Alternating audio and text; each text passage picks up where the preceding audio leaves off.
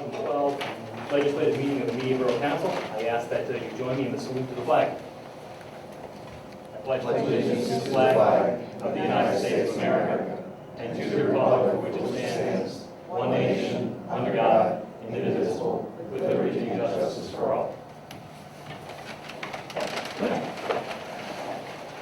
Thank you everyone for being here on this not so hot and steamy night, but we've had a spate of bad weather lately. Let's take care of some housekeeping matters up front. We have approval of minutes. We have 4 sets of minutes. Please bear with us. Do I hear a motion to approve the June 7, 2012 workshop meeting minutes? So moved. Is there a second? Second. Moved and seconded. All in favor of approving the workshop meeting minutes of June 7, 2012, please say aye. Aye. Those opposed, please say nay. The motion passes. All right, do I hear a motion to approve the June 20, 2012 special meeting minutes? So moved. Second. Motion to move, it's been moved and seconded. All those in favor, please say aye. Aye. Those opposed, please say nay.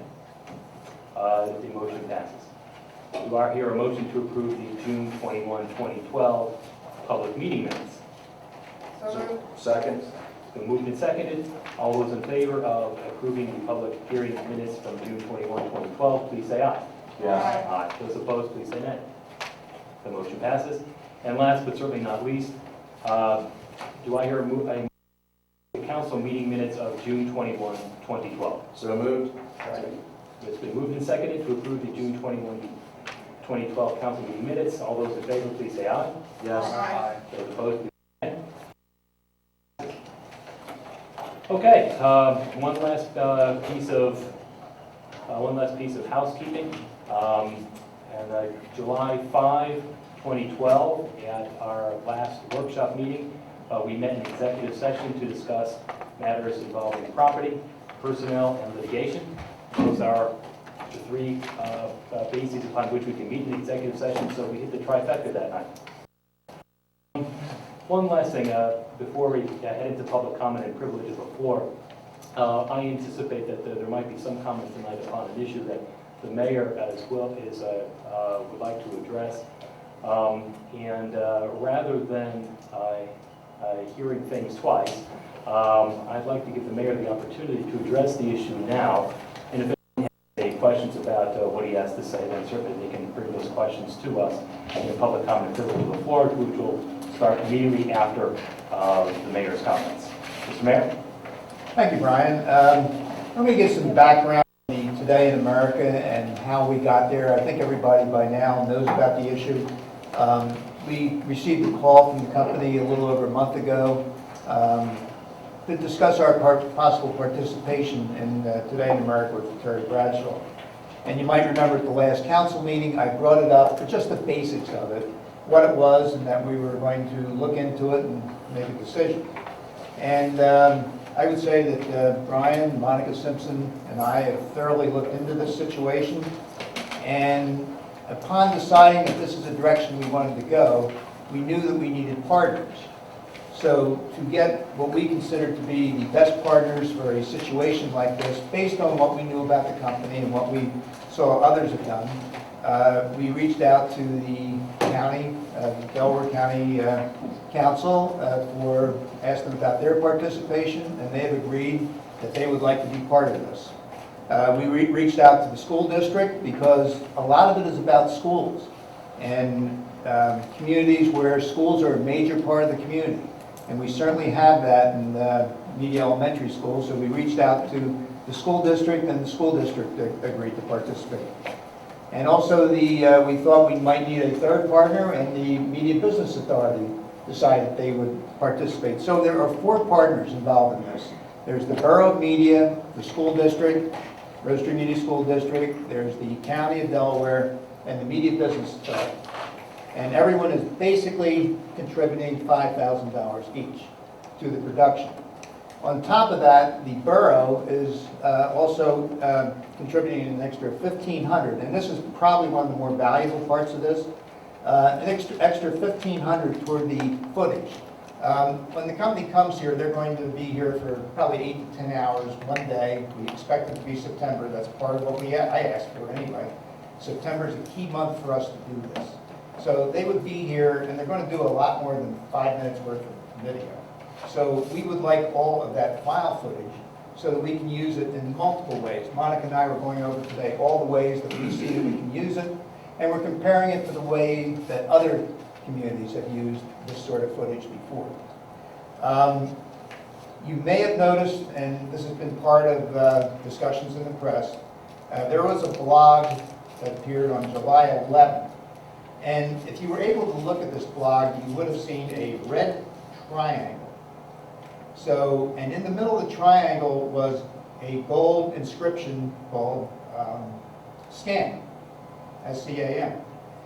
Right beside SCAM, or above it, was an exclamation point. And right beside the SCAM was my name. Now, I've been associated with a number of things in my life, but nothing that ever said SCAM before, so it actually got my interest, so I read the whole thing. And it was put up by the chairman of the local Republican Party. So in saying that, he made a couple references to a lawsuit about 6 years ago, I guess it is, Brian, 7 years ago. And a couple municipalities that probably did not have that good of an experience. What I believe he did not look at were the following. The more than 50 communities that did this and were successful. The more than 1,500 companies or entities that also participated in this and were successful. If he had looked, he would have found 243 YouTube presentations that companies don't put their interview on YouTube, companies, communities, unless they are fully satisfied with what it is. I personally talked to some of the communities, brainstormed with them, tried to find out what went right, what went wrong, and one of the things I learned early on is pick September. That's the best month. School's back in session. The trees are still blooming. One company did it in November. They had a great experience. They just wish they didn't do it in November because it was cold, and they're a northern city.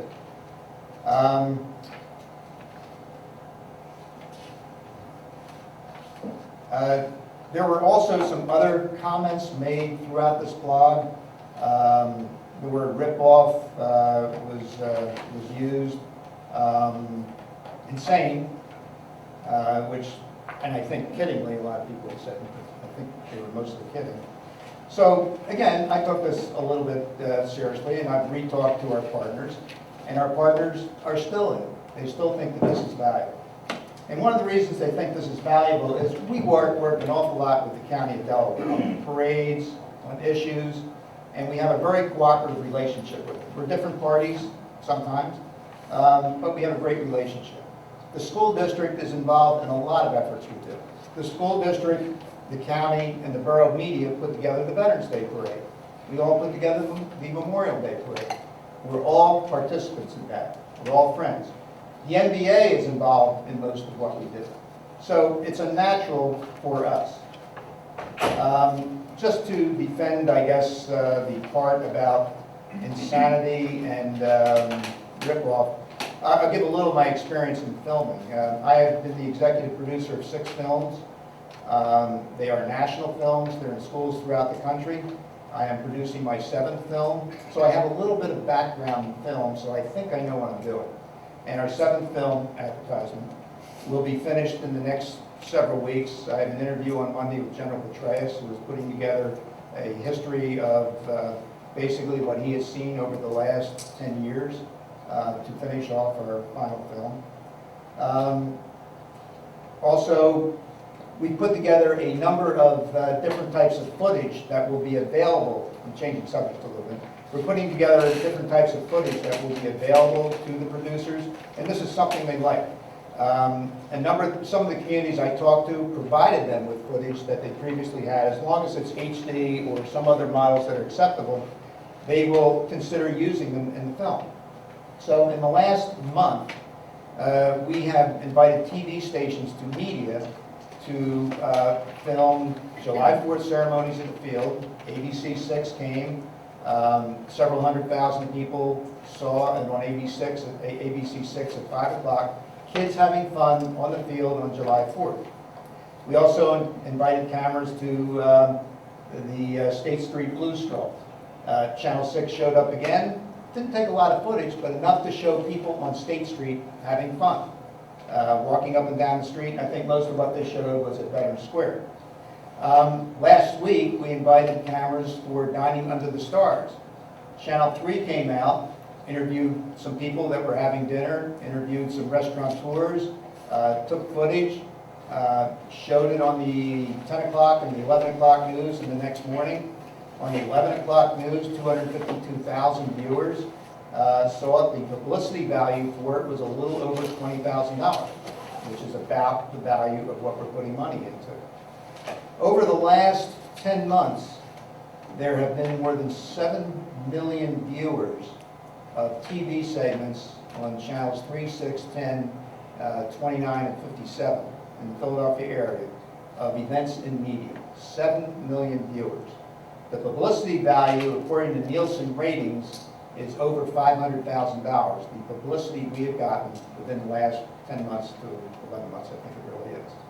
Including Santa Coming to Town, which drew an audience of 500,000 people. It was the top of the news on Channel 3. We continually do this, but we never put it all together. Now there's an effort amongst the NBA and several others to gather all this footage for a lot of the efforts that council people are doing on their various projects. Monica doing on recruiting, Eric doing on the NBA and statistics. We're putting together all that footage so we have it in a common place. So in doing that, I think it makes it a perfect fit for doing the Terry Bradshaw show. And by the way, Terry has done a little over 1,000 shows, and I don't know of any complaints on the shows that he has done. He's been doing it for 3 years. I did receive an email from Fayetteville, Arkansas, that I'll make available to anyone, on their experience on the show. They are county seat. They're bigger than we are. They're 78,000, but they are county seat, and how they worked as a team to put it together. There are other municipalities I talked to too. Anybody can basically see them on the website. So that is basically it. But again, the county's enthused about this. The school district, Dewberry, you enthused about it?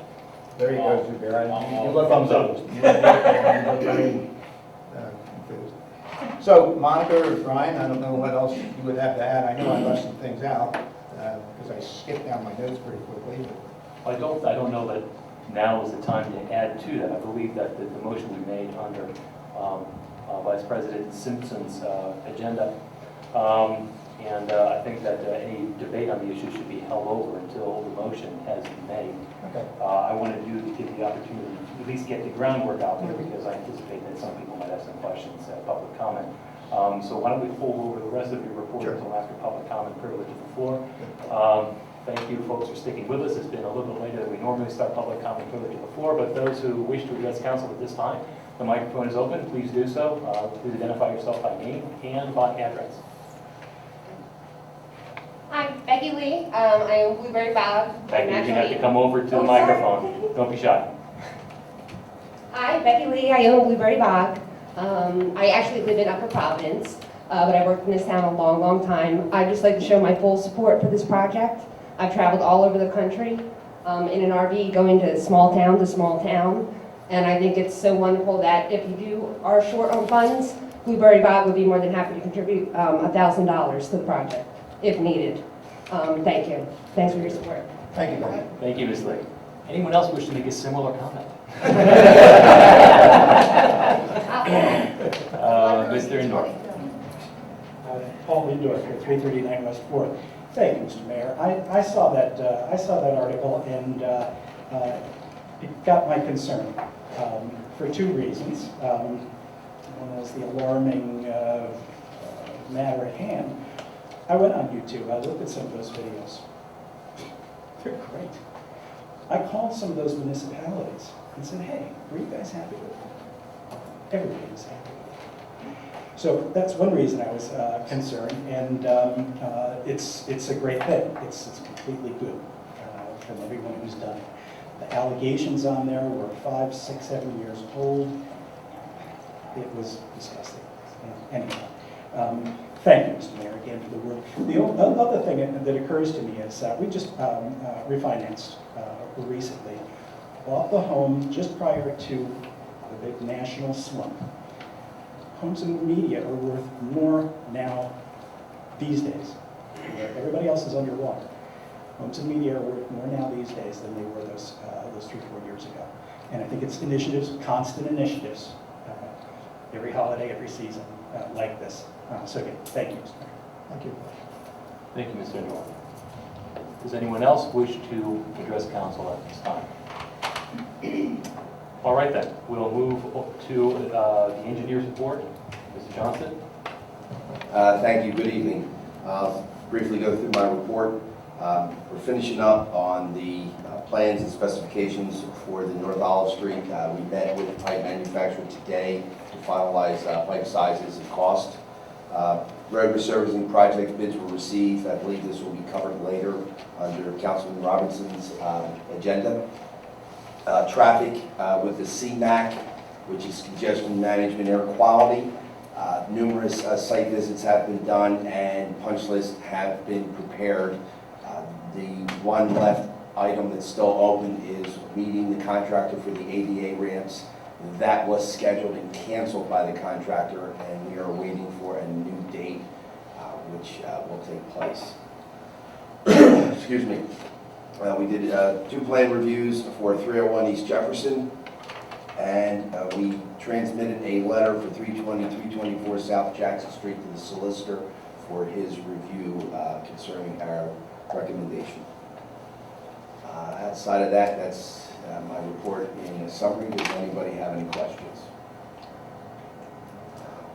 I have a quick question for you. You mentioned the contractor on the CMAC project. Just by way of explaining, is it our contractor that is doing the CMAC project? No, the contract is between PennDOT and Miller Brothers Contracting. So the punch list and all the work is overseen by PennDOT, and they're the ones who control the contract, which is for the signalization along Baltimore Street.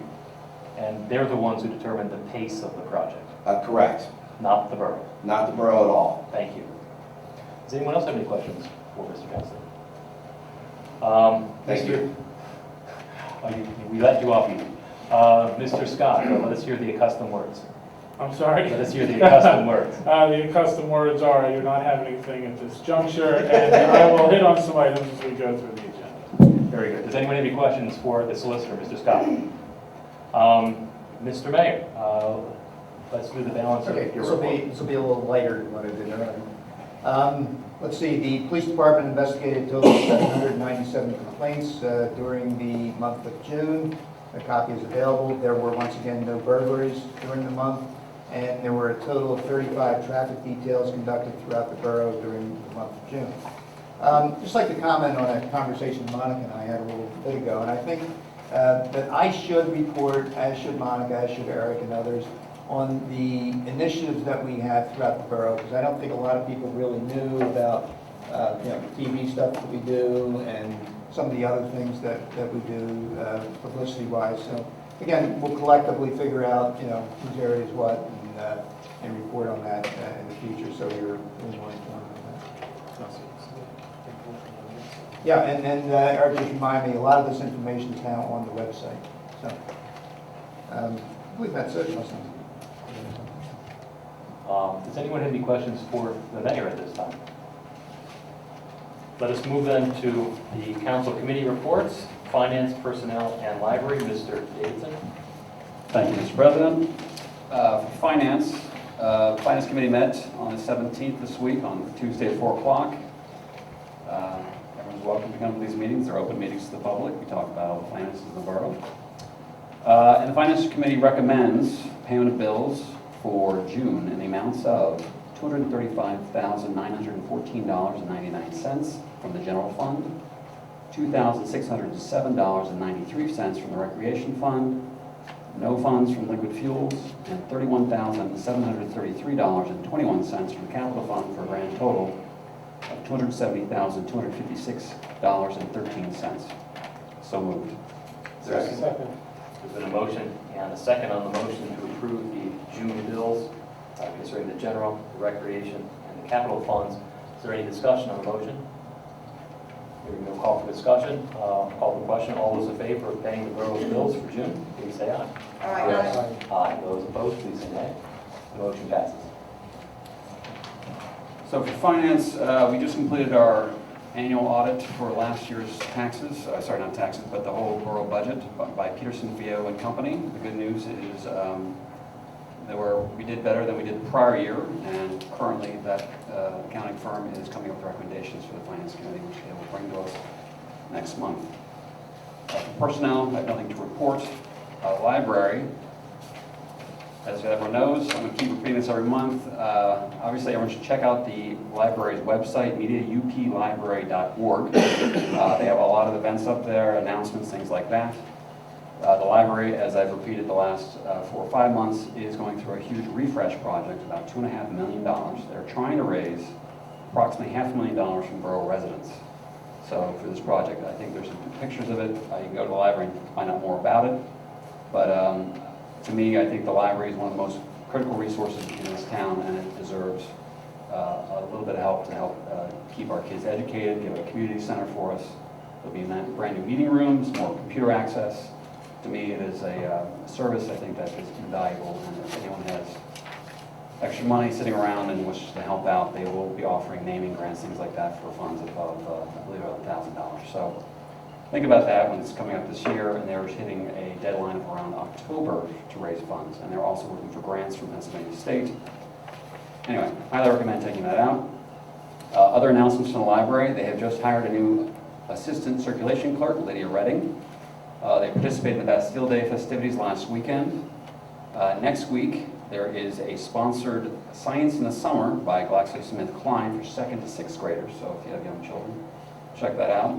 And the final announcement is on July 24th, there is a presentation by Veggie Belly about introduction to healthy, family-friendly, vegetarian, and vegan cooking. Registration is required for that. Lots of announcements in August. I will leave those to check out on the website. Once again, mediauplibrary.org. And that concludes my report. Thank you, Councilman Davidson. Does anyone have any questions for Councilman Davidson at this time? Hearing no questions, we'll then turn to Recreation and Shade Tree. Councilwoman Rowe. Thank you. I have one item for legislative action tonight. We are entering into a grant agreement if approved by council this evening. It is a grant agreement from the Department of Conservation and Natural Resources. The grant is to support repairs to Houtman Park, specifically to make it ADA accessible. My legislative action tonight in the form of a motion is that we enter into that grant agreement. And thank you very much to Karen Tossic-Locks and everyone on borough staff who worked very hard and very well to make that grant possible. Second. The motion's been seconded. Is there any discussion on the motion? Hearing no call for discussion. Those in favor of the borough entering into a grant agreement with the Department of Conservation and Natural Resources concerning the ADA compliance of Houtman Park, please say aye. Aye. Those opposed, please say nay. The motion passes. Just 2 short reminders for the Recreation Committee. The 2-week tennis youth program is beginning the weeks of August 13th and August 20th. The details are on the website or available to you if you call the borough office. I suggest you do so if you'd like to enroll your child into that summer program. I hear it's excellent.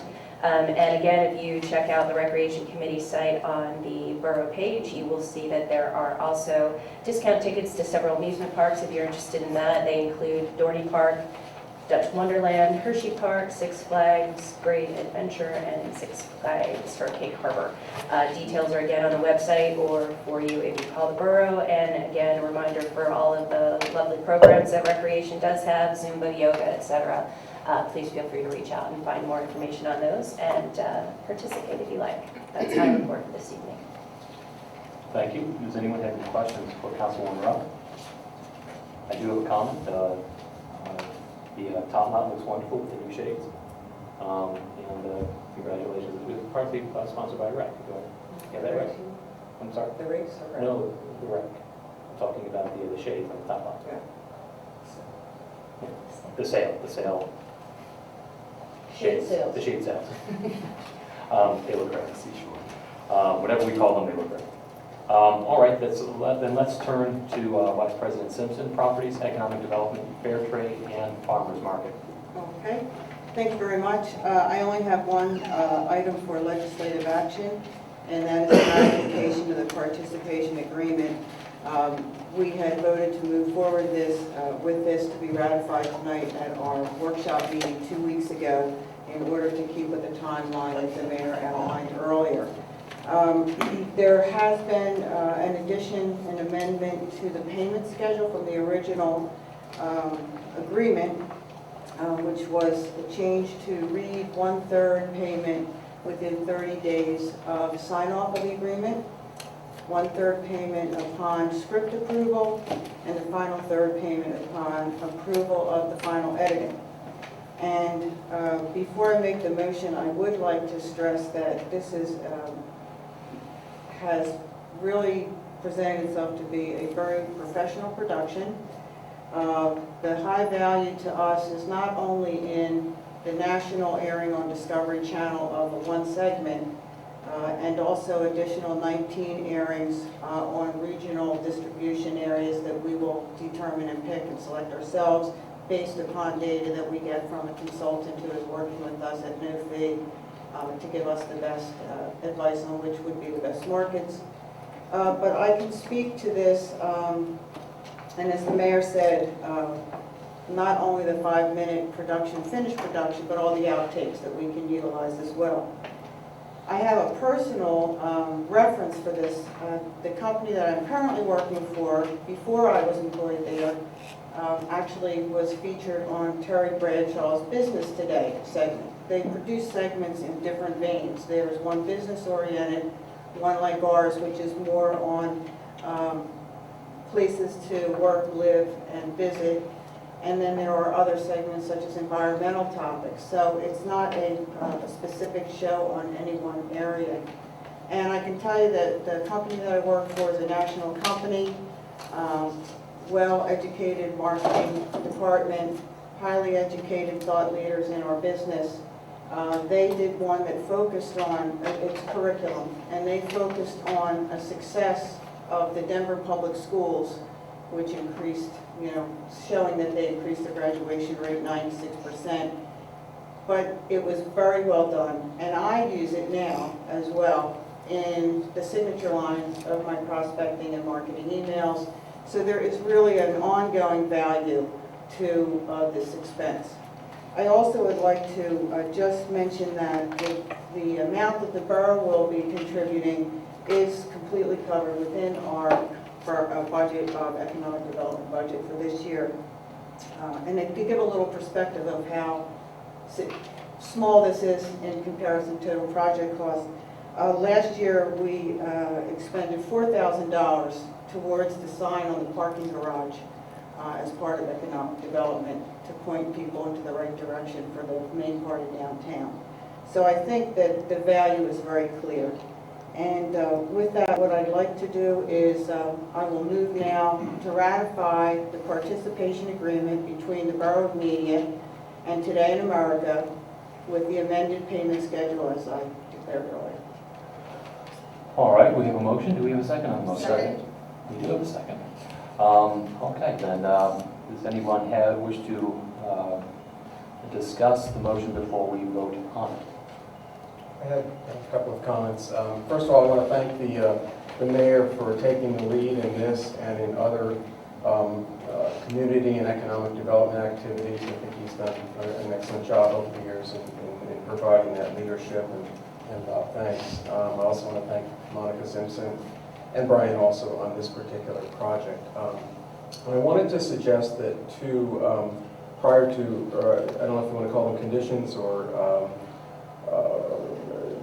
let's call them conditions, be accomplished before or that the ratification be contingent upon 2 conditions. The first condition is that, again, we really appreciate the partners in this, the MBA, the school, and the county. And I'd like to recommend that prior to final ratification that we have in writing memos of understanding that state the contribution of each of those parties and also the expectations that they may have with regard to with the final product, so just so that we're all clear. So that would be the first thing.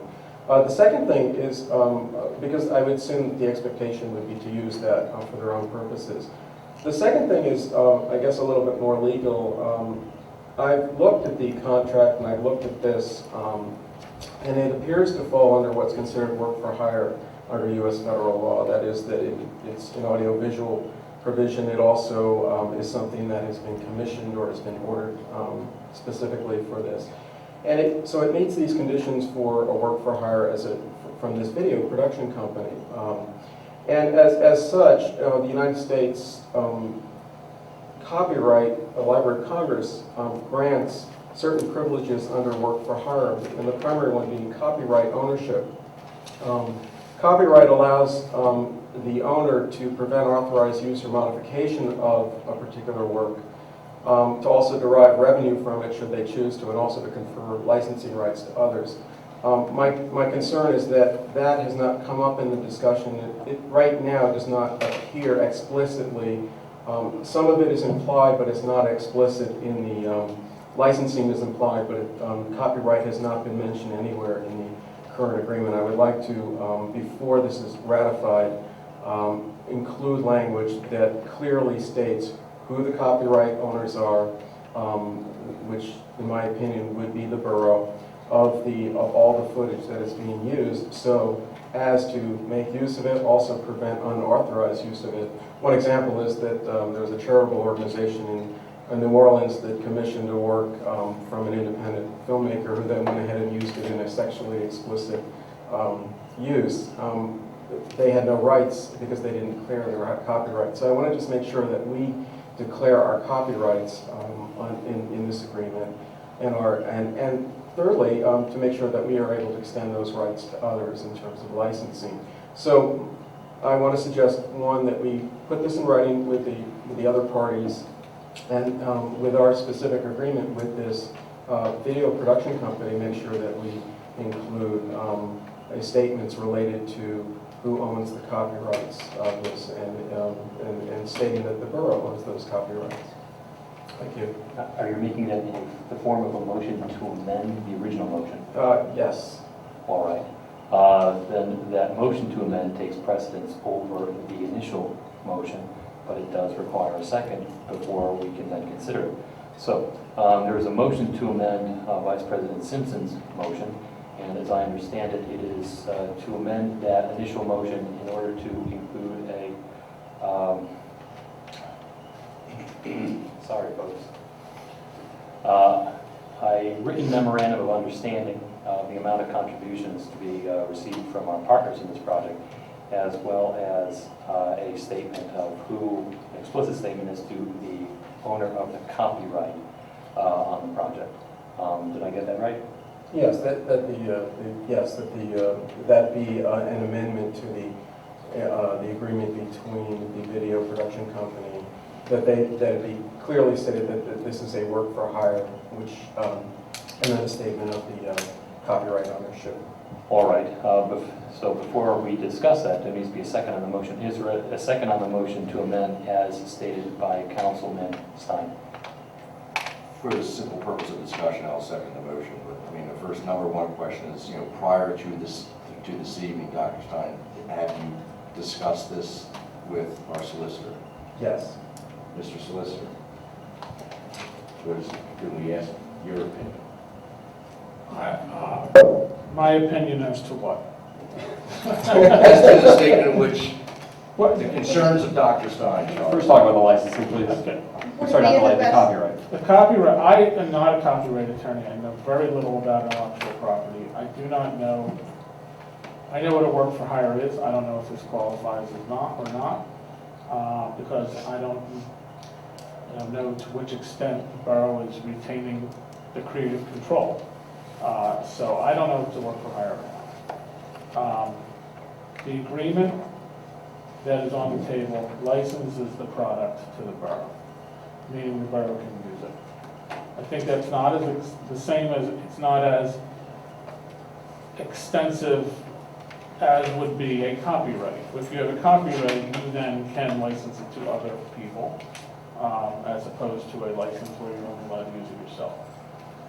I don't know how important that is to you. If it is, To get a copyright is not a simple task, is it? It's well, very simple. May- Well, I'm asking the solicitor. yeah, as I understand, and this is from a class 20 years ago, copyright is created when you create something. Protecting it is more difficult, you know, registering it, whatnot.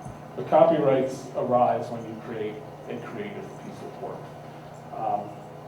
As to, I guess my point is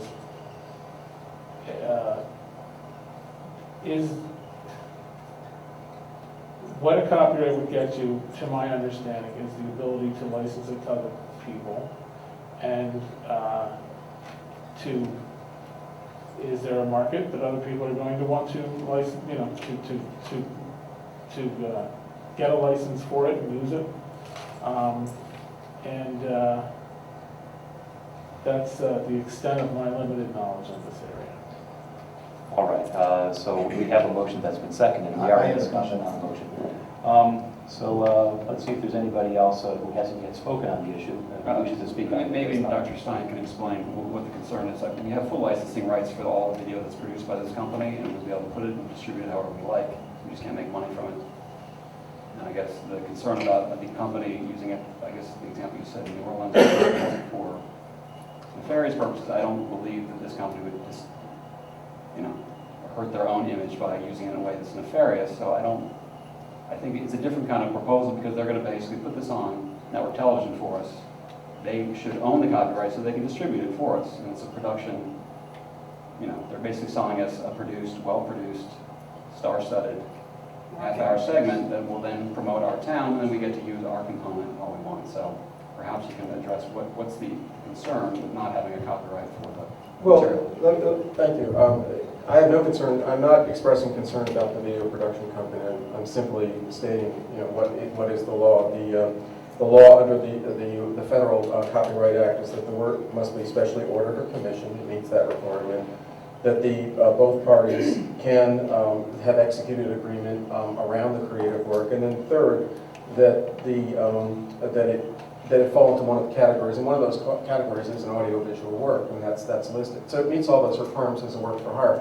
I mean, I guess I just want to clarify the nature of the relationship. Because we're paying $21,000, we have certain rights as a consequence. I'm really not worried about how they will use it. I'm more concerned about retaining our rights, which are typical. I mean, any publisher, let me just finish. Any publisher who has a work commission or who hires an author, or any company that hires a video production company typically will retain the rights, at least as a publisher, if not as the author. It just gives us the most protection in terms of restricting use, if we would want to restrict use, if we want to grant license. I think it may have some bearing on the other parties, because I'm not sure how the license that's extended to us extends to them. So I would like, you know, that may have to be clarified. So, because I assume that would be the presumptive use. So I think this discussion with them would, and I'm not saying that, you know, I mean, everything is by mutual agreement. I'm just saying we're paying $21,000. We have a right to know and to negotiate the copyrights. They are rights, and they have value. I'm just saying that we should make sure that we understand our rights. All right. Does anyone else wish to join this discussion? I would just like to say that Let's allow Ms. Rourke. I'm sorry. Oh, well, actually, I was going to address this to Ms. Simpson, since she has a little bit more background knowledge in this. Did this company that do the video for your company go through this as well, do amendments to their contract that have copyrighted? I don't have privilege in contracts of our company, but I can say that when I did request references and any issues or concerns, it was highly recommended that they were well satisfied with the caliber of production, the caliber of the company itself. I also would just like to say that our participation agreement, which is not to say we're hiring them, it's a participation agreement, does give us complete licensing rights for legal and marketing/promotional purposes, and it grants us for including such footage of the cuts that we're paying that additional small fee for, so the stuff off the floor. And I just wanted to make that clear. Technically, even though we're the ones writing the big check, there are other entities involved that aren't part owners. Yes. So I don't know how we No, could. actually, that's not how it is. Oh, Yeah, it's they're not part No, they're owners. not. The Maybe agreement, Well, we're the owners, but they're the still agreement is partners with between us. the Borough of Media and Today in America. The other entities are participating because of the coverage that we are using to include education, business, retail. They're participating and contributing to the cost, but and they will be paying us directly for their participation amount that they're donating And in. are they going to be able to use some of this footage for their Yes. purposes?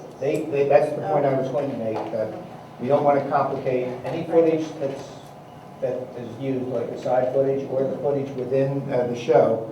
Our partners will share that footage. For instance, they come here, they interview for 8 hours, they interview whoever at the school district or the county. We will share that footage or any other footage for the county's use, the school district's use, or the MBA's use. There It's a is one sharing, more- it's a partnership.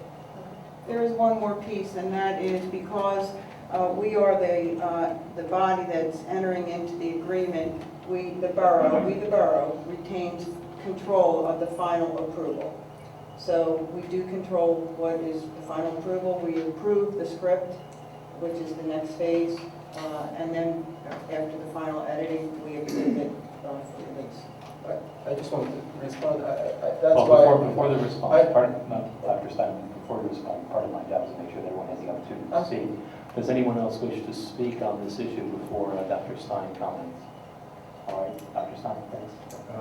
No, I just wanted to make, that's why I would like the written memo of understanding that these parties understand how it's going to be used. I think that is helpful to all of us, so that if there is an expectation to use that, so that all of these things are made clear, who is owning it, what creative rights we have as the control, just to make sure that all this is laid out. It's not clear to me that the grant of license to us can be extended to the other parties, and I think that needs to be clarified.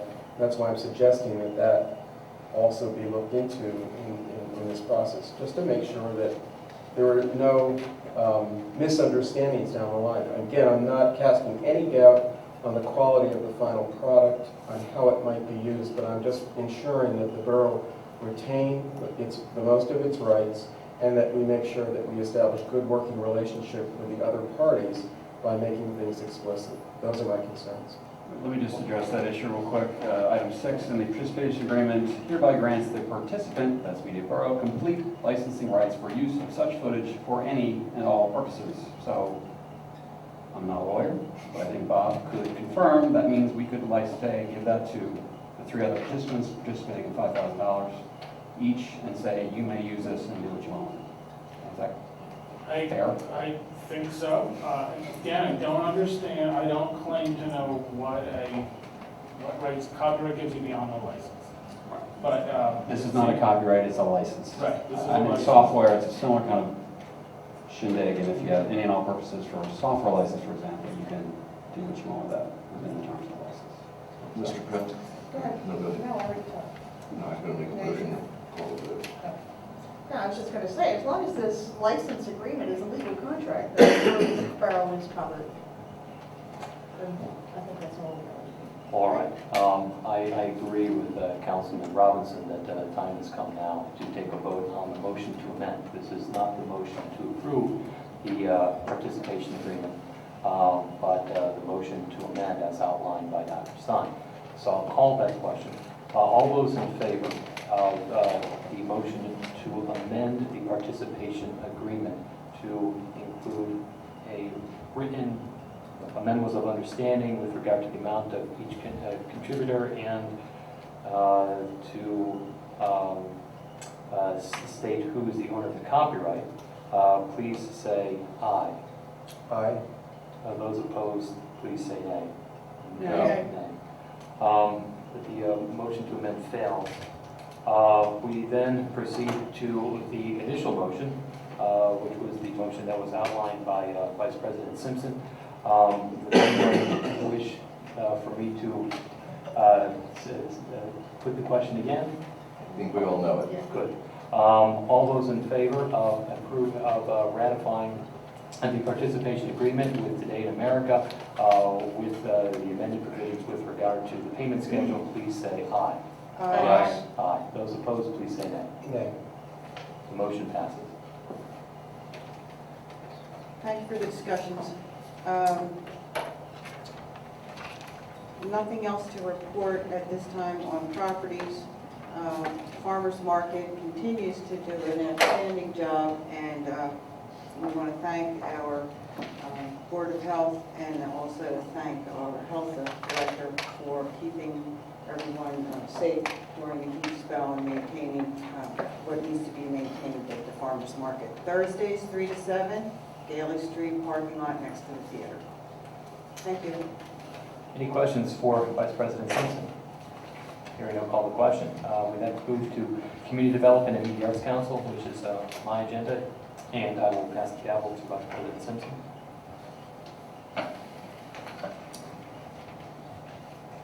Fortunately or unfortunately, I guess it depends on how you look at it, I have quite a few things for legislative, on my legislative agenda tonight. I'm sorry, I was getting signals from our director today. We're good?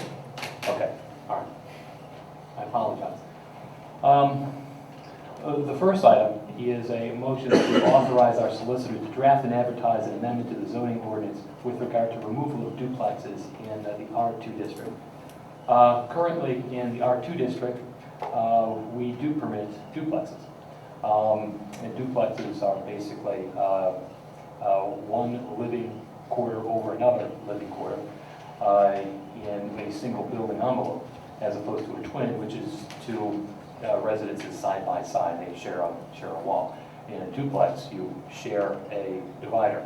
One at the lower floor, they've got a ceiling, and the top floor, you've got a floor. You're one on top of the other. Over the course of the past several years, I hazard that the duplexes have become disfavored in R2.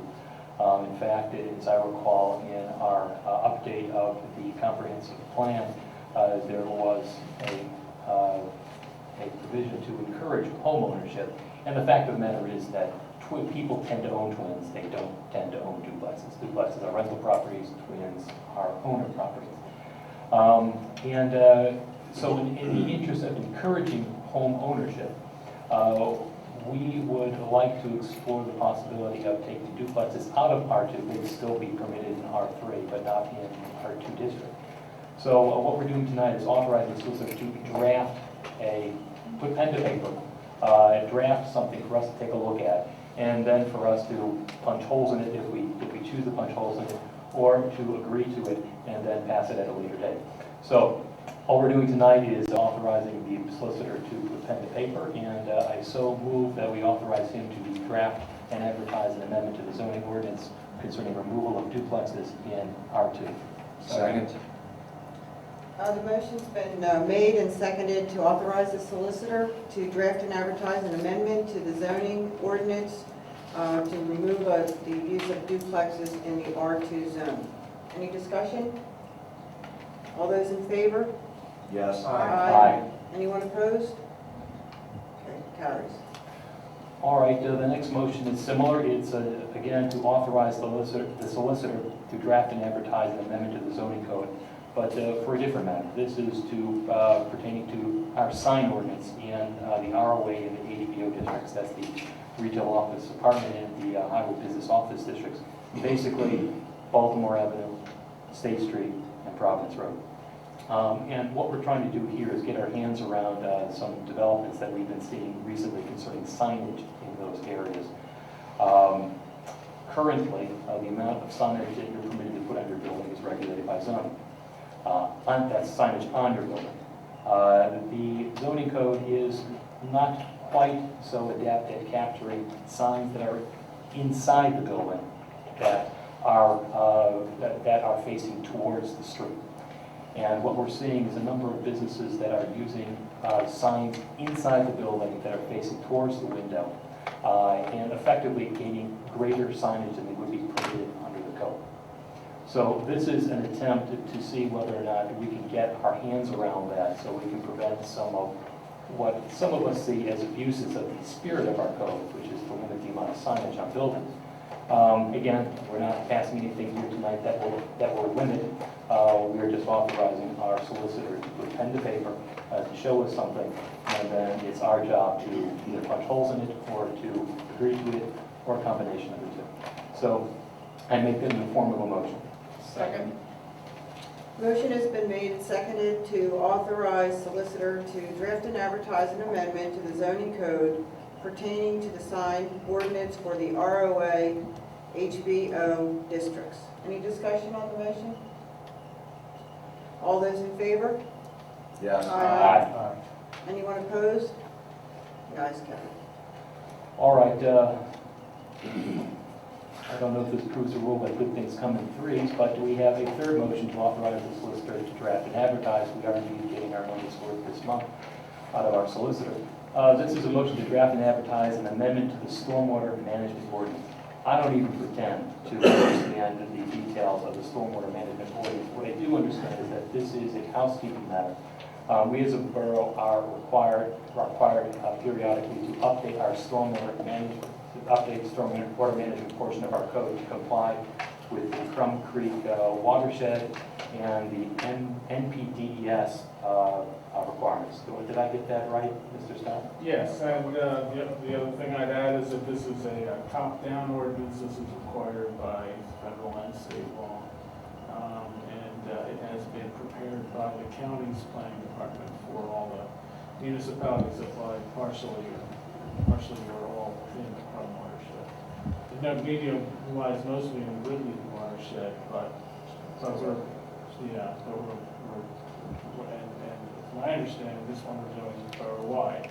It is, even though only a portion of the borough lies in the Crum, you don't want to have two different stormwater ordinances in place. It's cumbersome, and some properties could lie in both. So this one will be the new one for the whole borough. Alrighty, I make that in the form of a motion that we authorize the solicitor to draft and advertise an amendment to the stormwater management ordinance. Second. Motion is made and seconded to authorize the solicitor to draft and advertise an amendment to the stormwater management ordinance as described. Any discussion? Just real quick, Bob, do you know how this will affect residents or anyone at all? Or It will affect you when you are doing development work, putting up an addition over a certain footprint, and when you putting up a new building or earth disturbance. So if you're tearing up a great deal of ground for purposes of putting in a basketball court, a driveway, a tennis court, a swimming pool, and you go above the area trigger, you're then required to do stormwater mitigation and capture to install stormwater mitigation and capture facilities like drainage basins and infiltration systems. will it affect any existing properties? Not unless you're doing, it affects every property where work happens that disturbs so Only much. future, so. Right, but it doesn't affect you, right, if your house stays during, you don't change the footprint of your house, it's, no change whatsoever. Thank you. Any other discussion? Now call the question. All those in favor to authorize the solicitor to draft and advertise an amendment to the stormwater management ordinance, please say aye. Yes. Aye. Any opposed? Okay, carries. All right, let's get to the next block of motions we have here. Number 4 on my agenda is for the preliminary and final subdivision application of 320-324 South Jackson Street. And the applicants are here in the audience today. Welcome. We've had some discussion about this before. I'll try to give it in as much of a nutshell as I can. This is an existing property that is a condominium association. And this was permitted back in, I think it was the 1980s and 1970s when it was built. Since that time, the zoning code has been changed so that condominium associations are no longer permitted. So it's a pre-existing non-conforming use. It was a condo association in order to allow common ownership of the land behind it, and as I understand it, the reason for that is because there is the charter oak, the media oak, and rather than saddle one owner with the need to take care of that tree, this is a way of making sure that everybody took care of that tree, which is a valuable or historic significance to Media Borough. What the issue is here is to allow the applicant to subdivide that common lot into 3 lots, basically drawing lot lines. This is not going to affect how the property looks. It's not going to affect the use of the property. It's going to be as it was before. The only difference is that with lot lines, you can now sell the properties much more readily than if it is a condo association. This was before planning, and planning approved, recommended that council approve the preliminary final subdivision application with a couple of provisos, and I'll allow Mr. Scott to discuss them further, but I believe they related to easements and covenants. Yeah, the conditions that were recommended were that that there be parking easements because there's currently parking on Jefferson that serves all 3 units. And that there be access easements to the rear of the yard so that subsequent property owner can't build a fence all the way to the end and make it impossible for someone to access the rear of the property from Jefferson.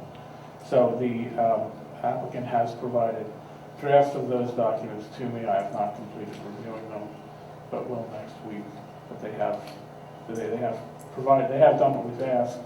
So I would just ask that you make the motion that be conditioned on approval of solicitors of those documents.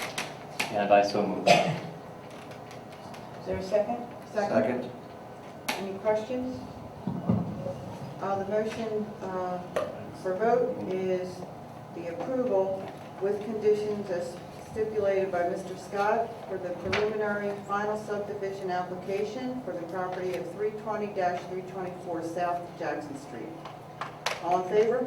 Yes. Aye. Anyone opposed? Carries. All right, moving along.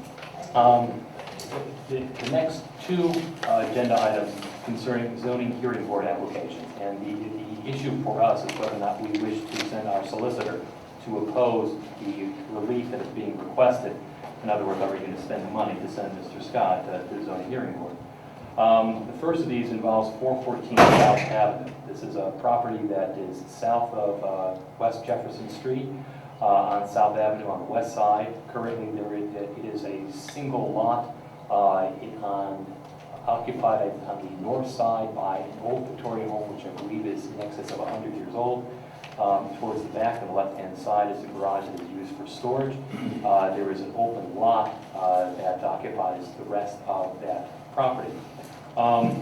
What is being asked here is to permit a lot line that would be non-conforming with our zoning code. And the lot line would, according to our current zoning code, be 12 feet from the south edge of the Victorian. The proposal is for 5 feet. And the reason for that is to preserve the Victorian house. If the developer at the present time, if he so wished, could build a set of twins and tear down that Victorian home and put a duplex. We would lose that Victorian home. It's one of some historical significance to me. Rather than doing that, which the developer can do as of right, in other words, he just pays the fees and he can bring the bulldozers in. I commend this developer in his efforts to preserve that Victorian And the way that he can do that is by bringing that lot line 5 feet away from the Victorian as opposed to 12 feet. The rest of the lot would be for a set of twins, and that would be fully in conformance with our zoning code. So the application here again is for the variance for the side yard setback from 12 feet to 5 feet. Planning Commission recommends, I believe this was a unanimous recommendation, that the Borough not oppose this application.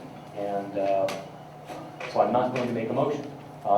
If anybody here behind the table wishes to make a motion on this, they may do so. Brian, I just wanted to add, and I think you had made mention of this at the workshop, that actually the Victorian now is being used as a duplex, and the builder is going to restore it back to a single family. No, that's not the case. It is currently used, it is 3 floors. Each floor has been occupied by a long-standing tenant. You're right, I apologize. Yeah. Getting too many of these. So it is not technically a duplex or a There's triplex. another one who's because talking about that, but yes, okay, I apologize. It's not technically a duplex or a triplex because there is no ownership.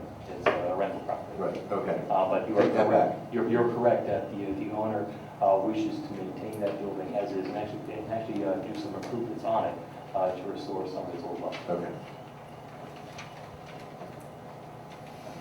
There are no motions to oppose. Next item. Again, this is a zoning hearing board application. And the issue is whether we're going to send our solicitor to the zoning hearing board to oppose. This involves 24 West 6th Street. And those who have been tuning in the past couple of months, they've heard this addressed several times before. This was approved last month, as I recall. This property was we approved last month. The final subdivision and land development for a duplex on that property. The application now is to put twins instead of a duplex there. The reason why there is a need for variance is that for a twin, there needs to be 70 foot of street frontage as opposed to 60 feet. There's 60 feet here. So what the applicant proposes to do is to use the same building envelope. And it's not going to change the configuration of the building in any way other than that we're going to have twins side by side as opposed to duplex, which is one on top of the other. As I said before, twins tend to be more conducive to home ownership than our duplexes. It will be the same side yard setbacks. There will be, basically, if you look at it, in terms of dimensions, it's the same as what we approved last month. The Planning Commission heard the applicant, and they recommended unanimously that we not oppose this application and allow the applicant to go before the zoning hearing board and make their case there without opposition from the borough. Is there anyone who wants to make a motion to oppose? That's the line. Next item, number 7. This is housekeeping. This is a resolution. It's number 2012-06. We did 2 similar resolutions last month. This also pertains to that same property, 24 West 6th Street, which we're all going to be mumbling in our sleep tonight. And this is really a housekeeping matter. It is a resolution that permits the property to hook up to our sewer system. Again, this is something the Planning Commission looked at, and the recommendation to Borough Council was that we make the resolution. And I move that we do make resolution 2012-06 concerning the planning module for the 24 West 6th Street property. Second? Any discussion on the motion? Made and seconded to adopt resolution number 2012-06 for DEP planning module for Antoinette Kaczynski, 24 West 6th Street. All in favor? Yes. Aye. Anyone opposed? The ayes carry. All right, I have two more matters. I apologize at home. I'm dealing with an agenda. This is another housekeeping, essentially a housekeeping matter. It is an agreement with the Delaware Valley Regional Planning Commission for a comprehensive plan. And as I recall, Mr. Smith, this is for $36,500. Did I get the number right? That's correct. Oh, good. Essentially, this is a motion for us to enter into that agreement, which allows us to work with the DVRPC on the comprehensive plan and allows us to use the money that has been allotted. So I make that in the form of a motion. Second. Motion's been made and seconded to enter an agreement with the Delaware Valley Regional Planning Commission for our comprehensive plan. All those in favor? Yes. Aye. Anyone opposed? The ayes carry. I will editorialize that this is particularly exciting because this plus an additional grant money will give us a significant amount of money to redo our comprehensive plan, and I anticipate that we will start moving on that early this fall. So those of you who have some type of interest, start thinking about it. Last agenda item concerns ratification of the Rose Tree Media School District request for modular units. These are modular units on the Nativity BBM school site. As many of us know, and as many people in media and around media know, because of a structural issue, Media Elementary School will be moving to the Nativity BBM site for approximately a year, maybe a little bit less, depending on how things go, in order to permit these structural issues to be addressed at Media Elementary School. In order for all of the students, the Media Elementary School students, to be accommodated in Nativity BBM, which is actually a smaller building and it's a smaller structure than Media Elementary, they'll need some modular units, specifically 2 modular units, each one which will provide for 5 classrooms. Under our ordinance, there is a requirement that the use of such modular units be ratified by council, and so I make that in the form of a motion. Second. Been moved and seconded to ratify ratification of the agreement, Rose Tree Media request to install modular units at the Nativity BBM school site. Any discussion? I'll just mention that the modular units will be in the playground, the Gately Street side. They're already there. They're already there. All in favor? All in favor? Yes. Yes. Aye. Anyone opposed? Thank you. Another motion, another opportunity to editorialize. I do wish to thank Rose Tree Media School District. This has been a process that's been ongoing for several months now. And they came to the borough early on and told us what their concerns were, what the problem was. And over the course of the past several months, the borough and the school district have worked very, very well together to make sure that the kids next year will have a very good place to go while the elementary school is being prepared. So expression of gratitude to the school district for their work with the borough. I only have a couple of announcements to fill out my agenda. First, with regard to the Arts Council, the Steel Day, which was this past Saturday, again, it's very successful. Congratulations to the Arts Council. We look forward to a similar wonderful production next year. Last thing is an announcement concerning the next workshop meeting of Borough Council. That is August 2nd, the first Thursday in August at 7 p.m. Remember, we're starting out at 7 p.m. instead of 7:30 p.m. in order to accommodate our discussions concerning the design of the 3rd Street Dam project. But as of today, we anticipate that at that workshop meeting, there will be a presentation and potentially discussion on a proposal for a super Wawa at the Baltimore and Providence Road. This is a significant project in the borough, and all those who have an interest or have concerns, one way or the other, I encourage you to come out and hear the proposal. And as I said, this is what is currently being scheduled, so it might change, but as of today, August 2, 7 p.m., will be the start of the workshop meeting, and we anticipate there will be a presentation at that time. Anything else to report? No, Any we're not- questions for President Hall?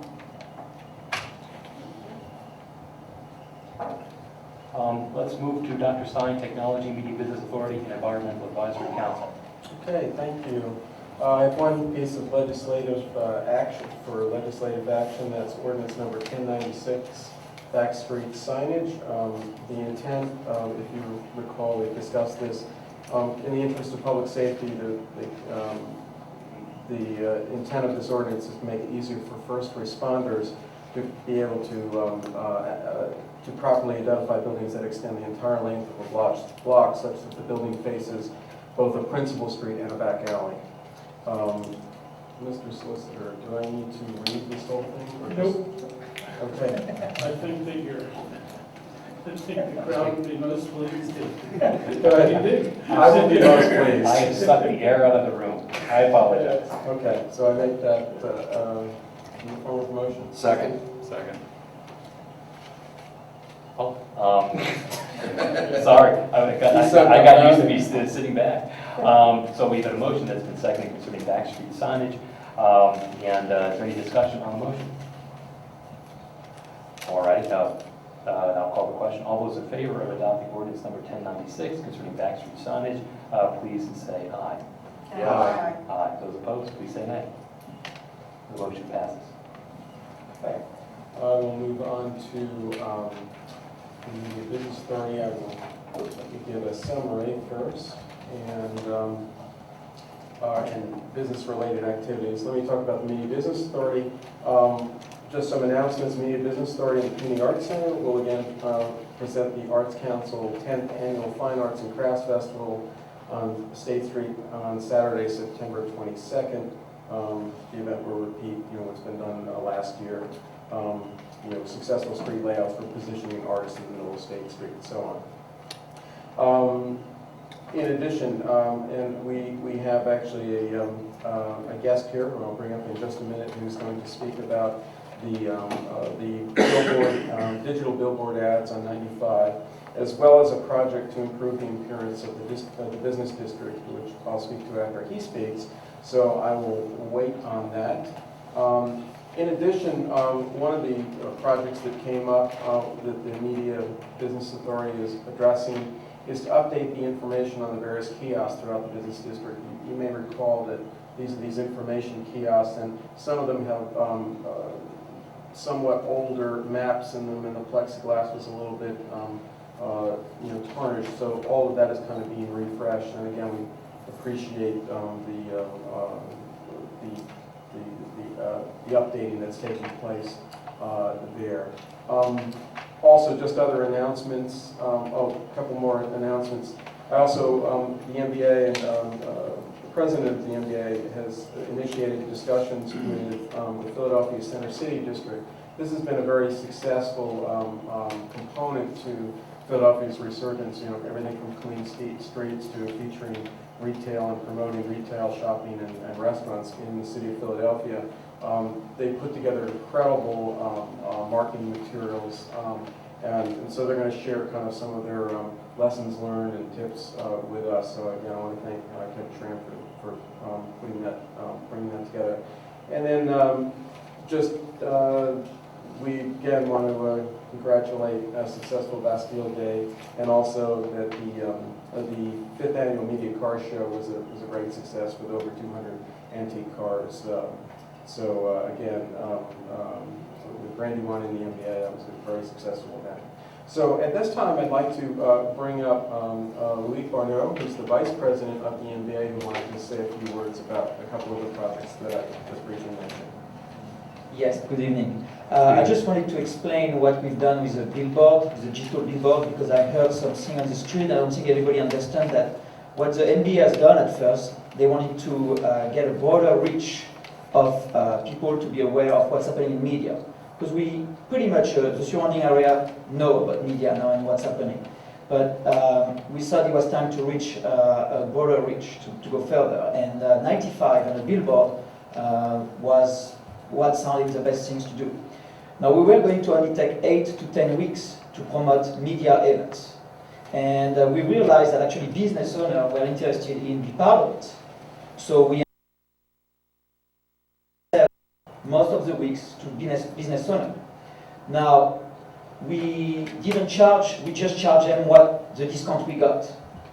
So the business owner get exactly the same discount that what the MBA got. But in order a company will stay the same. So every time there is a digital billboard on 95 right now, from anybody, from the MBA to a business owner, right now it's Margaret Cure, they'll have the banner visitmediapa.com right on the bottom, and on the corner they have the Visit Media. So for 24 weeks, now they're not straight, but for until November, every time that billboard is appearing on 95, they're always that same frame. So that people remember visitmediapa.com, and that over the course of the repetition, people are going to come. It's hard to judge the success of a billboard. It's not an immediate thing, but all I can say is that Bastille Day this year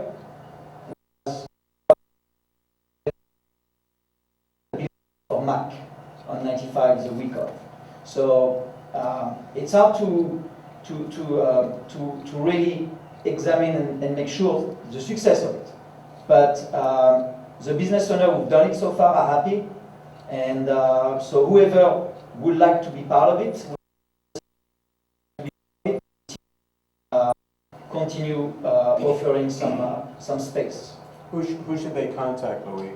Zuber. Okay, so call the Borough Hall.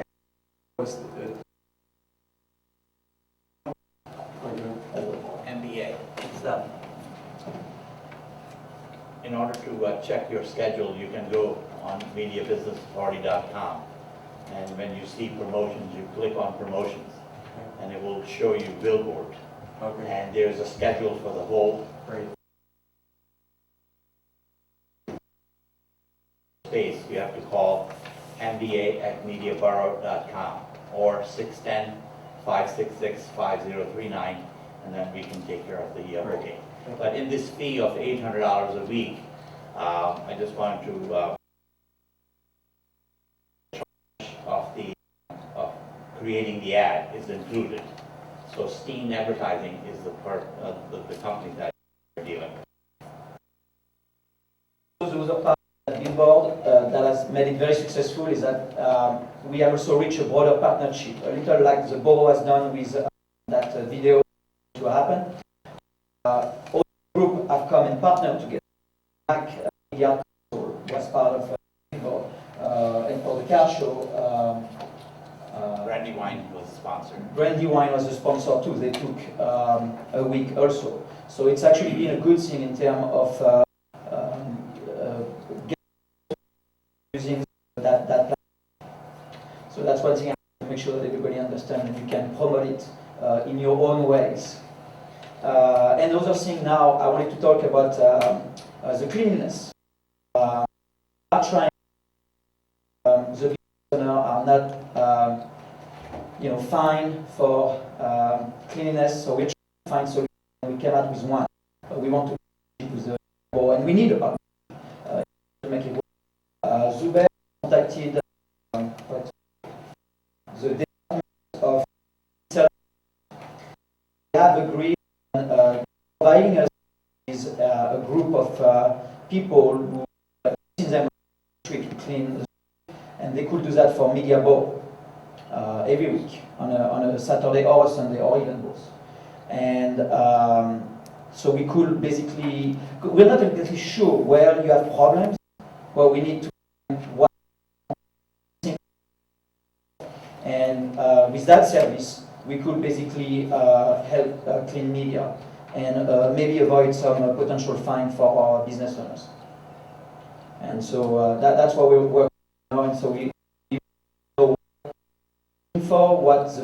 we also want to know what the fine will be. Like, we're really not aware of what has been discussed, but we want to try to find a positive solution so that everybody's a winner here. Because to be honest with you, it will create a lot of negativity if they'll go through the fine. And I think if we can find a way to clean it, because it's our concern to us also as a in the district and the surrounding. So, but we want to find a way for you to guide us in order to do it in a positive way. Well, I want to thank the MBA for taking we've talked about this a number of times over the past year, and they also there's also an opportunity possibly to use the time bank as another opportunity. But again, to zoom something like together and work with the borough, I think is really great. So I'm sure we can work together to kind of come up with a joint there. We talked about the bus Jackson. That area, the responsibility, but that's not. Friday night, so it's responsibility. Let's do it. So I see that. Yeah, if we should that say for convergence, so we need to clean every week. The board gave us guidance where they like us to focus. Said we're going to go on a certain schedule and then make sure that it's done properly. I wanted to recommend, and for Mr. Smith too, to make a note. It overlaps with the CDC, which is the community design and code enforcement, where we can maybe come up with a proposed route for that coverage. Also, we were wondering if it would be scheduled.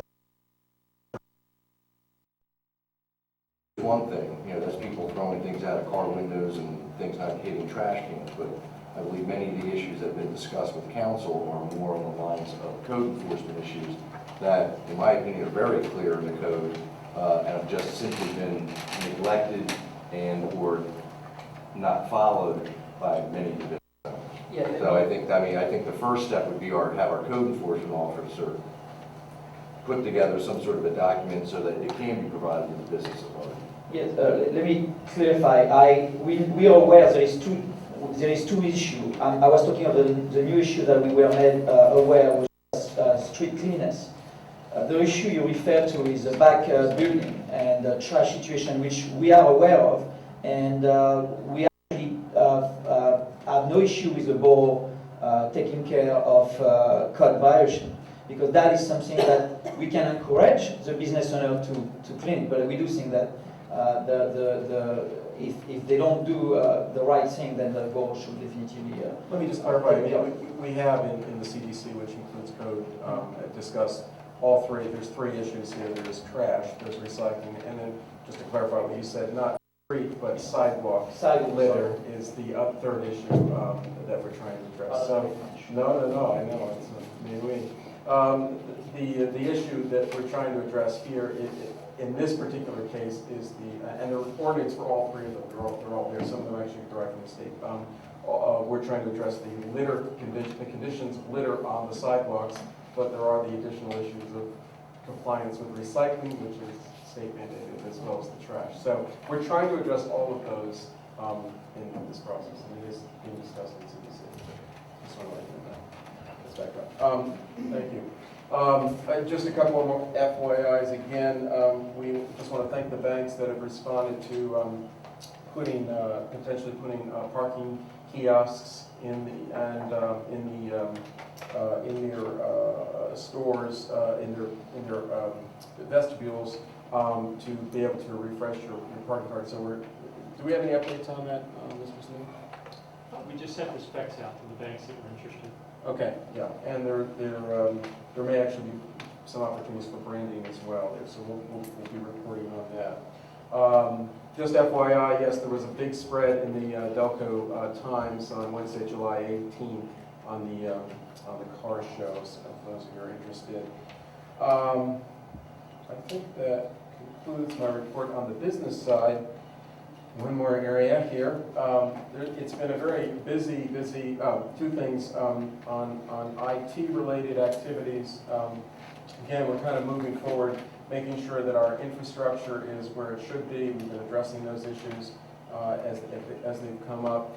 We also will be meeting with next week to look at ways to streamline the capture and dissemination of minutes from meetings like this and others. We're trying to streamline that process as well. And thanks to Ken Davison for working on that part of the project. Okay, last but not least, environmental, energy, and other related activities. It's actually been a very busy month on these activities. Let me just give a quick update from the EAC, chaired by Walt Kressler. Announcements: a composting workshop to be given by Marcia Tate on Wednesday, September 19th at 7:30 p.m. in the community center.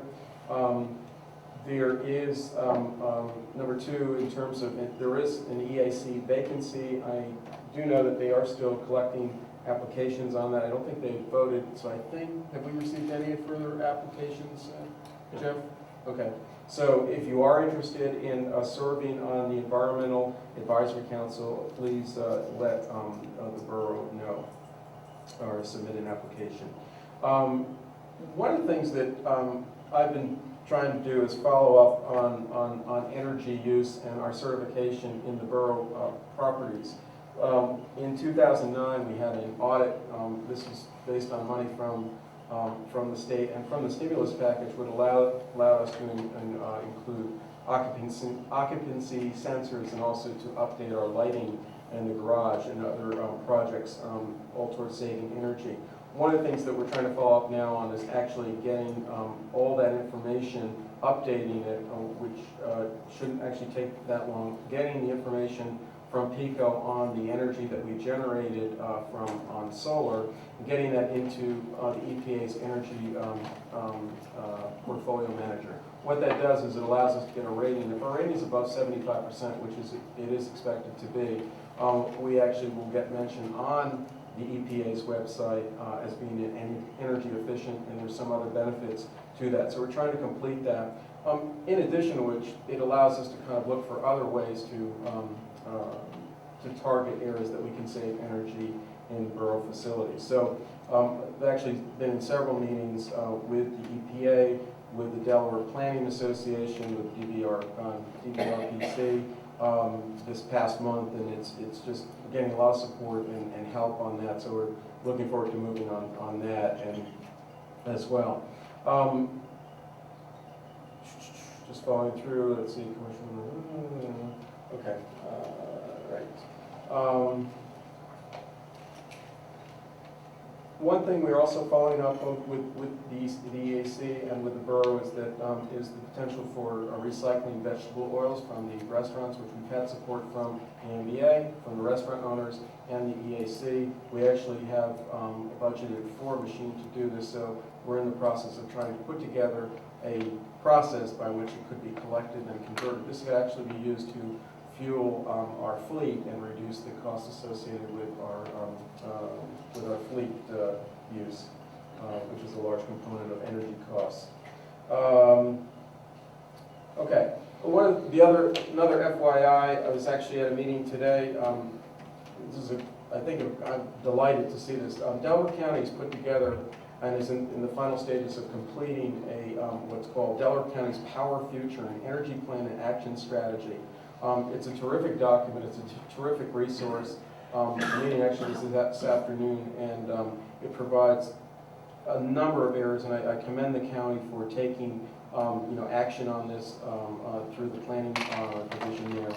And there are just a number of things that I think we can benefit. The other advantage is that it brings us together with other officials from other municipalities who are doing similar things. So it's a county-wide effort. And again, this is a great resource that I'm sure will find parts of its way into our upcoming comprehensive plan. I think, hopefully, we'll just do a quick scan. I think that is the end of my report. Thank you for your time and patience. Any questions for Dr. Stein? Just my expressions of of gratitude, Dr. Stein, for your efforts on the backstreet signage, as well as your efforts on the issues concerning traffic and trash code enforcement in the borough. I think that we are beginning to see that tide is changing. Let's move on to Councilwoman report, Health and Historic. Thank you, Mr. President. Actually, we need to take a, no?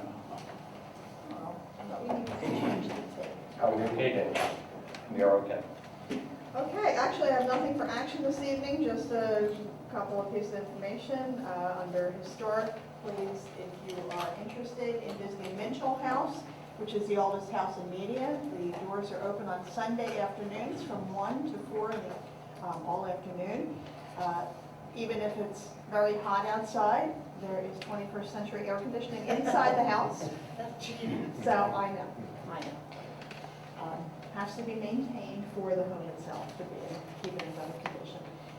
So please, if you're interested in the history of Media, take a Sunday afternoon stroll down some street in Media and take a look in the house. It's very, very cool in there, in many aspects in the summer. Under health, just a couple of things to revisit with this ferocious heat that we've been having this summer. If you have to do any outside activities, please make sure that you are hydrated.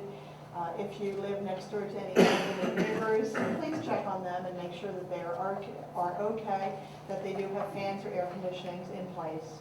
I'm sure you've heard on the news that there are people out there that do not have anyone to look after them, and it would be very neighborly to just check up and make sure that they're okay in this terrible heat that we've been having. Also, because of the heat and the lack of rain, please don't have any kind of containers outside that can hold any type of water, because that water can stagnate and draw mosquitoes, which can cause West Nile virus. And that's all I have. Yay. I'm done. Fine. Thank you. Any questions for Mr. Warwick? Hearing none, we'll move on to Councilman Robinson, Public Safety, Public Works, Infrastructure, Fire, and 3rd Street Project Committee. Okay, nothing to report in the 3rd Street project. Starting off with fire, as I said, I'm going to say every single month as long as I'm sitting here. Volunteers are always welcomed to the Media Fire Company, both firefighters and the administrative side. So anyone who is interested, stop by the firehouse, give the firehouse a call. Your volunteer help would be greatly appreciated. In the month of June, our EMS units had 114 daytime calls and 65 nighttime calls. The fire department had 36 alarms, ranging, the majority of them were in the borough, but going as far as Brookhaven and Newtown Square. As far as agenda items, Mr. Scott, this must be your lucky night. First and foremost, I'd like to make a motion that we authorize our solicitor to draft an ordinance or draft and advertise the amendment to our peddling and soliciting ordinance. You may have heard that we had some minor issues with regards to some solicitation at some of our residents. This would only pertain to, and correct me if I'm wrong, only to for-profit entities. Just strengthening up our ordinance a little bit. With regards to nonprofits, they are permitted under constitutional rights. So I make a motion that we authorize our solicitor to draft and advertise an amendment to the peddling and soliciting ordinance. There's a motion, there's a second. I understand also this does not apply to political speech. Correct. Correct. All right, is there any discussion on the motion? Just one clarification, is it throughout the entire borough? Yes. Or just in designated areas? Throughout the borough. Thank you. Any other discussion? Not hearing any. Those in favor of authorizing our solicitor to draft and advertise an amendment to the peddling and soliciting ordinance as described by Mr. Robinson, please say aye. Yes. Those opposed, please say nay. The motion passes. Okay, second is Resolution 2012-07, Delaware County 2011 Hazard Mitigation Plan. I will not bore you with the entire resolution, but in essence, I will read a small portion of a memorandum from the Delaware County Planning Commission.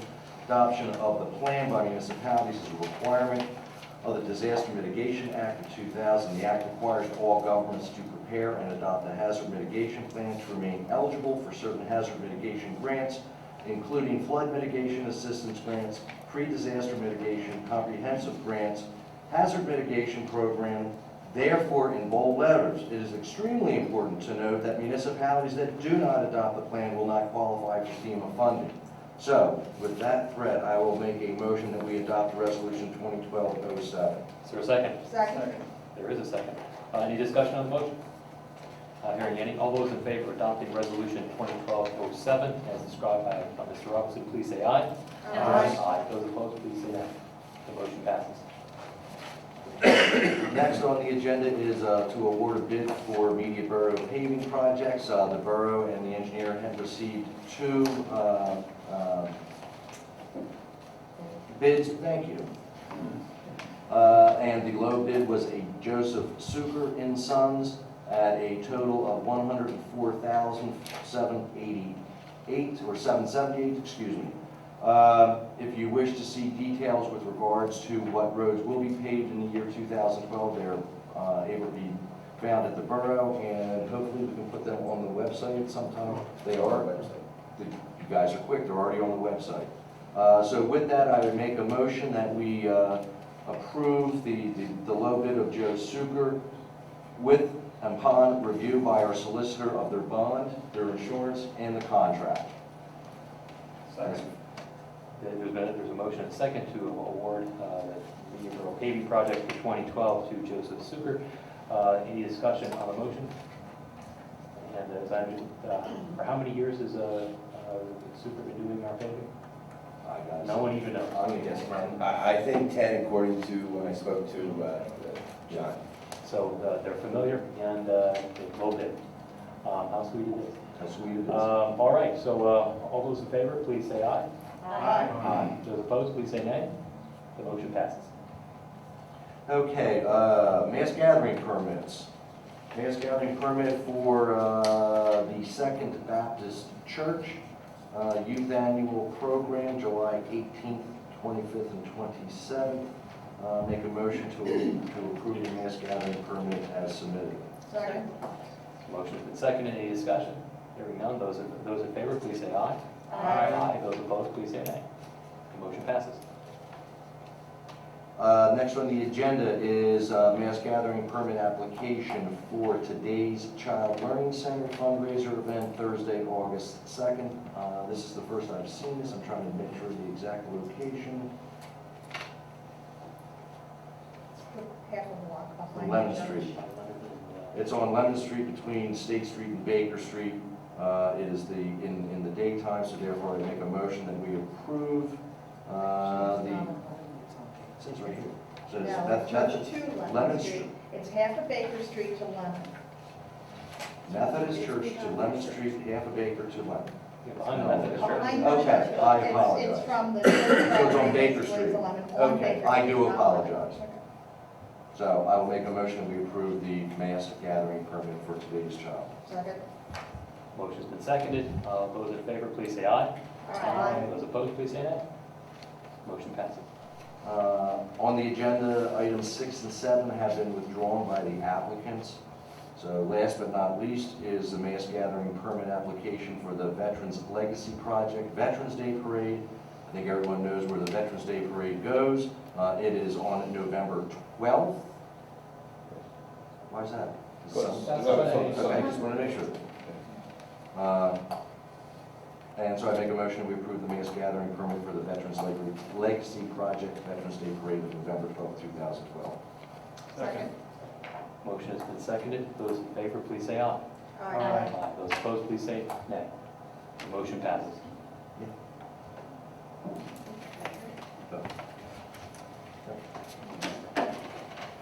That concludes my report. Are there any questions for Councilman Robinson? All right, let us then move to public comment and privilege of the floor. Anyone who wishes to address council at this time, please come to the microphone and identify who you are by name and by your address. Well, I do not see a horse streaming towards the microphone. I will entertain a motion to adjourn. So moved. All those in favor, please say aye. Into executive. Yeah, we're returning to executive session.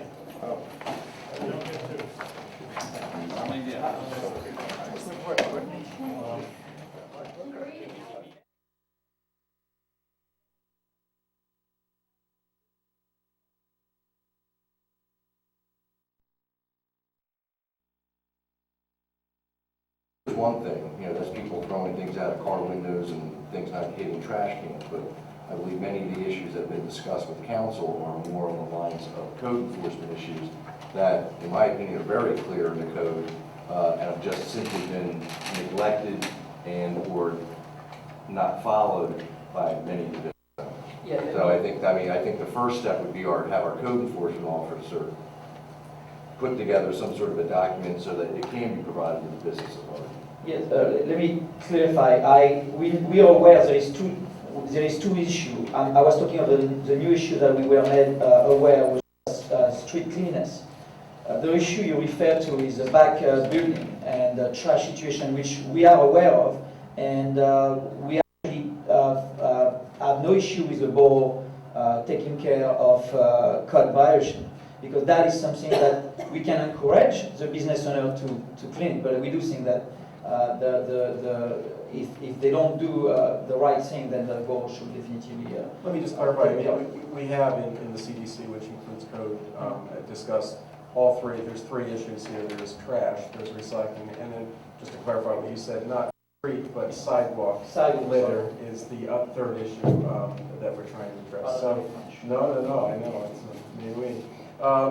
The issue that we're trying to address here in this particular case is and the ordinance for all three of them, they're all there. Some of them actually derived from the state. We're trying to address the conditions of litter on the sidewalks, but there are the additional issues of compliance with recycling, which is state mandated, as well as the trash. So we're trying to address all of those in this process, and it is being discussed in CDC. Just want to let you know that. That's background. Thank you. Just a couple of more FYIs again. We just want to thank the banks that have responded to potentially putting parking kiosks in their stores, in their vestibules, to be able to refresh your parking card. So do we have any updates on that, Mr. Snow? We just sent the specs out to the banks that were interested. Okay, yeah, and there may actually be some opportunities for branding as well there, so we'll be reporting on that. Just FYI, yes, there was a big spread in the Delco Times on Wednesday, July 18th on the car shows, for those of you who are interested. I think that concludes my report on the business side. One more area here. It's been a very busy, two things on IT-related activities. Again, we're kind of moving forward, making sure that our infrastructure is where it should be. We've been addressing those issues as they've come up.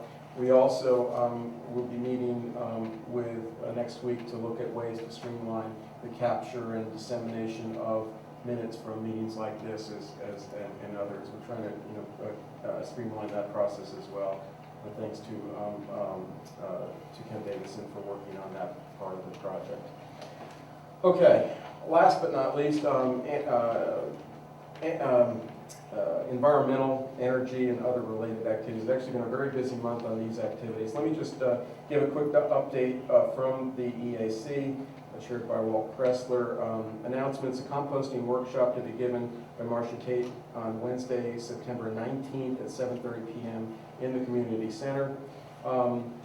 There is, number two, in terms of, there is an EAC vacancy. I do know that they are still collecting applications on that. I don't think they voted, so I think, have we received any further applications, Jeff? Okay. So if you are interested in serving on the Environmental Advisory Council, please let the borough know or submit an application. One of the things that I've been trying to do is follow up on energy use and our certification in the borough properties. In 2009, we had an audit. This was based on money from from the state and from the stimulus package would allow us to include occupancy sensors and also to update our lighting in the garage and other projects all towards saving energy.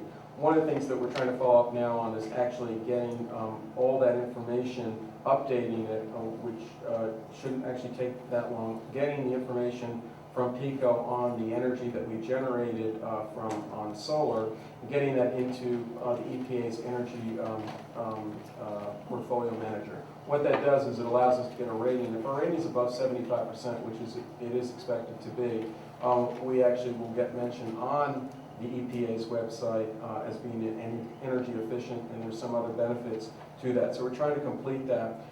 In addition to which, it allows us to kind of look for other ways to target areas that we can save energy in borough facilities. So I've actually been in several meetings with the EPA, with the Delaware Planning Association, with DVRPC this past month, and it's just getting a lot of support and help on that. So we're looking forward to moving on that and as well. Just following through, let's see, commercial, okay, right.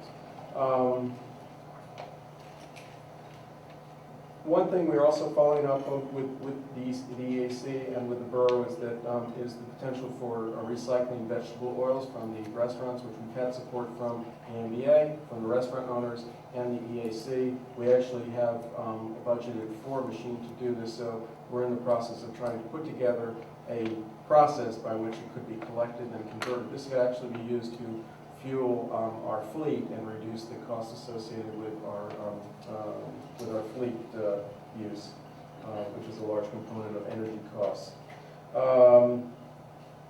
Okay, another FYI, I was actually at a meeting today. I'm delighted to see this. Delaware County has put together and is in the final stages of completing what's called Delaware County's Power Future, an energy plan and action strategy. It's a terrific document. It's a terrific resource. The meeting actually was this afternoon, and it provides a number of areas, and I commend the county for taking action on this through the planning division there. And there are just a number of things that I think we can benefit. The other advantage is that it brings us together with other officials from other municipalities who are doing similar things. So it's a county-wide effort. And again, this is a great resource that I'm sure will find parts of its way into our upcoming comprehensive plan. I think, hopefully, we'll just do a quick scan. I think that is the end of my report. Thank you for your time and patience. Any questions for Dr. Stein? Just my expressions of gratitude, Dr. Stein, for your efforts on the backstreet signage, as well as your efforts on the issues concerning traffic, trash code enforcement in the borough. I think that we are beginning to see that tide is changing. Let's move on to Councilwoman report, Health and Historic. Thank you, Mr. President. Actually, we need to take a, no?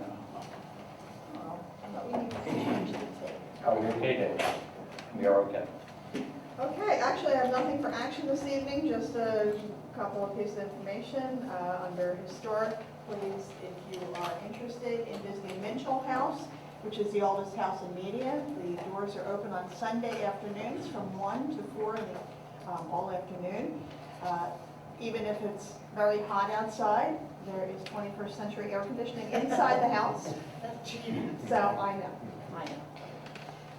Has to be maintained for the home itself to keep it in better condition. So please, if you're interested in the history of Media, take a Sunday afternoon stroll down some street of Media and take a look in the house. It's very, very cool in there, in many aspects in the summer. Under Health, just a couple of things to revisit with this ferocious heat that we've been having this summer. If you have to do any outside activities, please make sure that you are hydrated.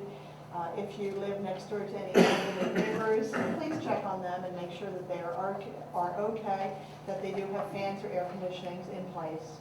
I'm sure you've heard on the news that there are people out there that do not have anyone to look after them, And it would be very neighborly to just check up and make sure that they're okay in this terrible heat that we've been having. Also, because of the heat and the lack of rain, please don't have any kind of containers outside that can hold any type of water, because that water can stagnate and draw mosquitoes, which can cause West Nile virus. And that's all I have. Yay, I'm done. Impressive. Fine.